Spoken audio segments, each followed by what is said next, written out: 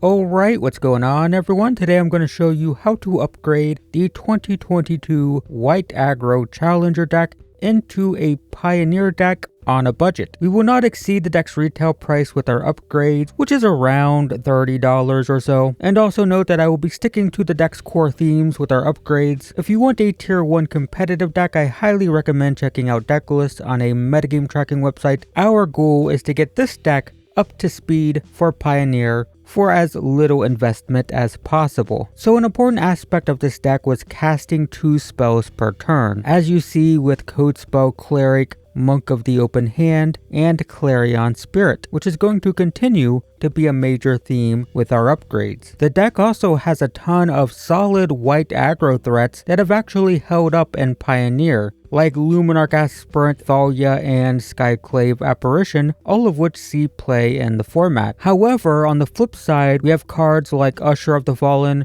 Redain, and Paladin class, which don't really see any play at all. These are just remnants of, this deck trying to play the best white aggro threats in Standard at the time. Redain does see some sideboard play, but besides that, these aren't super competitive. So let's fix that. We'll start by taking out 3 Usher of the Fallen for 3 Dauntless Bodyguards. So both of these are 2/1s for 1, but the Bodyguard can protect a creature by sacrificing itself to give it indestructible. And this is very useful in this deck because we have multiple ways to get +1/+1 counters on creatures. So our goal with this deck is typically to go super fast the first 3 or 4 turns, but we do have the option to build a big beater in the mid game. And so Dauntless Bodyguard is on turn 1. We can play on turn 1. It's 2 power on turn 1. That's great. And if we draw it in the late game, it can protect a valuable beat stick, which is very useful.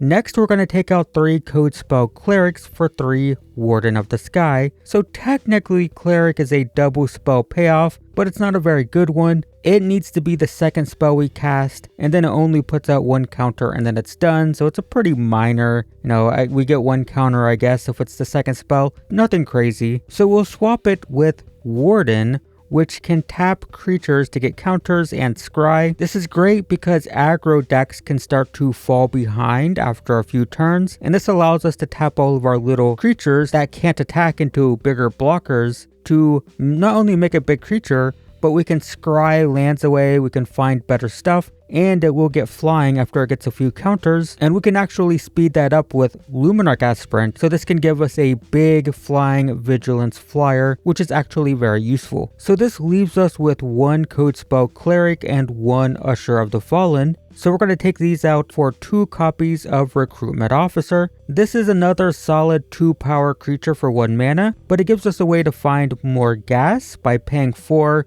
and looking for a creature in the top cards. Everything in our deck costs 3 or less, so this is a great way to recover from mana flood. It gives us a mana sink, and it can help us find more cards so we can double spell for things like Monk of the Open Hand. Next, I want to take out 2 Paladin class for 2 Thalia. So the enchantment just feels a little slow in Pioneer, and Thalia is an amazing addition to aggro decks. First Strike means you can confidently attack into blockers, which is great for an aggro deck, and this gets even more powerful if she has some aspirant counters. She wears +1/+1 counters really well, but she also slows down control decks, which is your biggest enemy. Making removal more clunky is really nice, but also delaying a board sweeper 1 turn that can win the game. This does mean we're playing 4 copies of a legendary, so you could remove 1 if that makes you uncomfortable, but Thalia is so good and she's a must-kill target against control decks anyway that I think it's worth playing the full 4. Okay, so we powered up the general white aggro portion of the deck, but I really want to lean into this double spell theme. The bad news is we don't really have any other payoffs for casting double spells. It's not really a mechanic that exists right now, but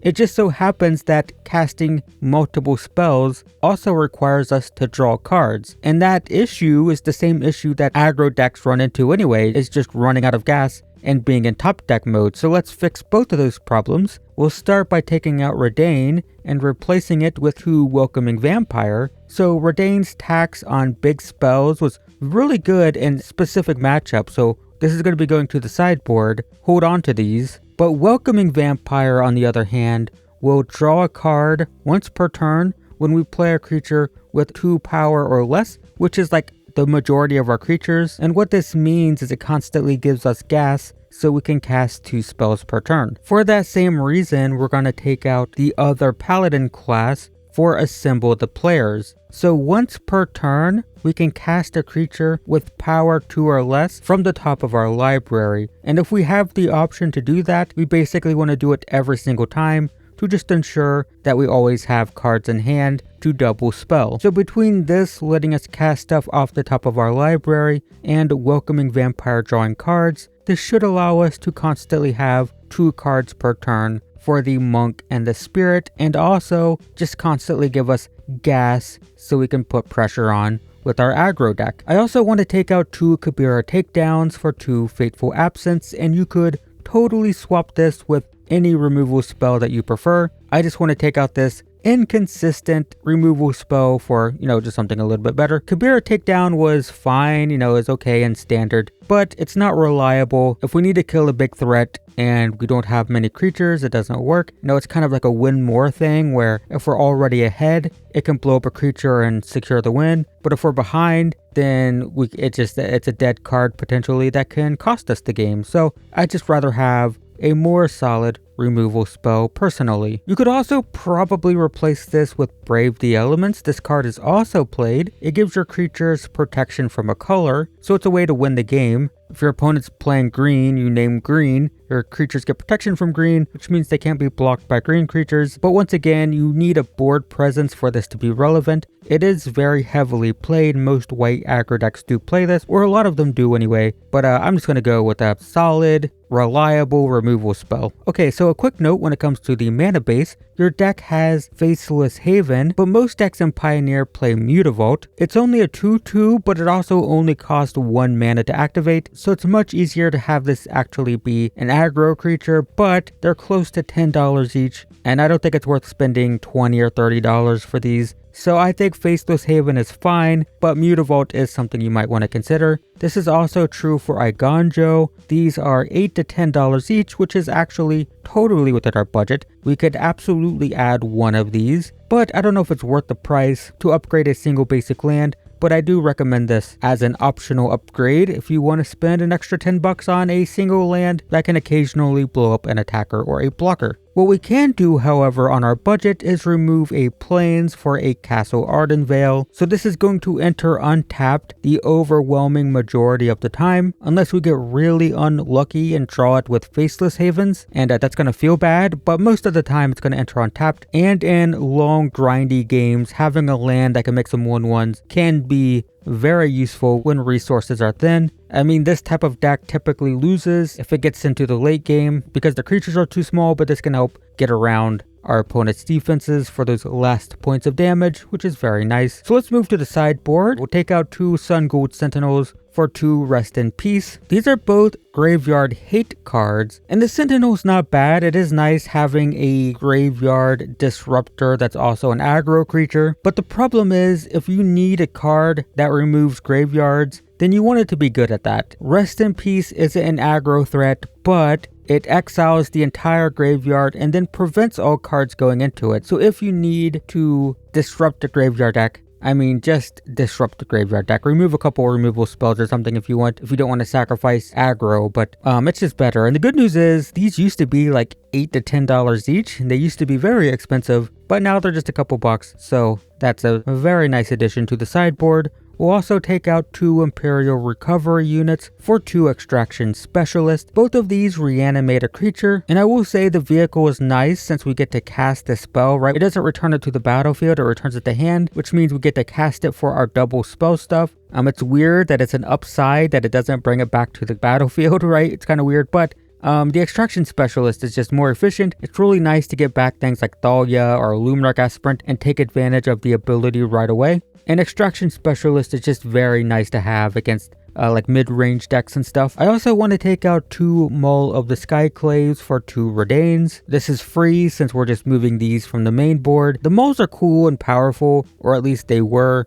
but not so much in Pioneer. And Redain is very useful when playing against spell-heavy decks. Between this, Thalia, and Elite Spellbinder, we can actually really punish players who are trying to interact with the board. We can constantly slow them down. I also think it's worth taking out 2 Cathar Commandos for 2 portable holes. Most decks play 4 portable holes, and your deck already came with 2, so that's very nice. And the Commando is just a little clunky. Once again, it's a lot like Sun Gold Sentinel. It's nice that we get a removal spell that's also an aggro threat. But Portable Hole is just a little bit more efficient. You know, once you get into games 2 and 3, you really want to tighten your deck up a bit. So having these really efficient cards that can answer your opponent's threats becomes more important. And Portable Hole is just a little bit better at answering aggro threats if you're against a red aggro deck, for example. There are some other cards worth mentioning. White aggro decks very commonly play things like Wedding Announcement, Invasion of Gobakhan, and Guardian of Faith. I thought these were worth mentioning because they're very common. You see these a lot, but they're also kind of expensive. The first 2 are pretty nice because they flip and pump our board, which is something that we're a little bit light on. We don't have a lot of mass board pumping right now, so it'd be nice to have these. And Guardian is a nice protection spell, phasing out our board in response to a board sweeper, or just phasing out 1 creature to protect it from a targeted removal spell is nice. So yeah, these aren't bad. And if you're interested in including these, the weakest remaining sideboard cards would include Selfless Samurai, Loyal Warhound, and the final Cathar Commando. Replacing these with any of the previous cards would definitely be an improvement. But yeah, that is our deck. It didn't cost too much to get here, and while it's not an optimal tier 1 meta deck, it's pretty solid for the price. If you're interested in taking this to the next level, you're probably going to want to remove all of the double spell payoff stuff and replace them with tribal human cards. Mono white humans and various colors of humans, Orzhov sometimes, are pretty popular in the format, and you do get some very powerful cards if you go that route. But for now, if you wanted to power up just the Challenger deck for Pioneer, I think we have a much more effective deck than that old standard deck. And you could definitely use this as a stepping stone towards the top tier meta deck if you wanted to, but for now, be sure to check out the description below, as I will leave links to the final deck list as well as some white aggro meta decks if you're interested. But in the meantime, I hope this was useful. Thanks for watching, and I will see you in the next one.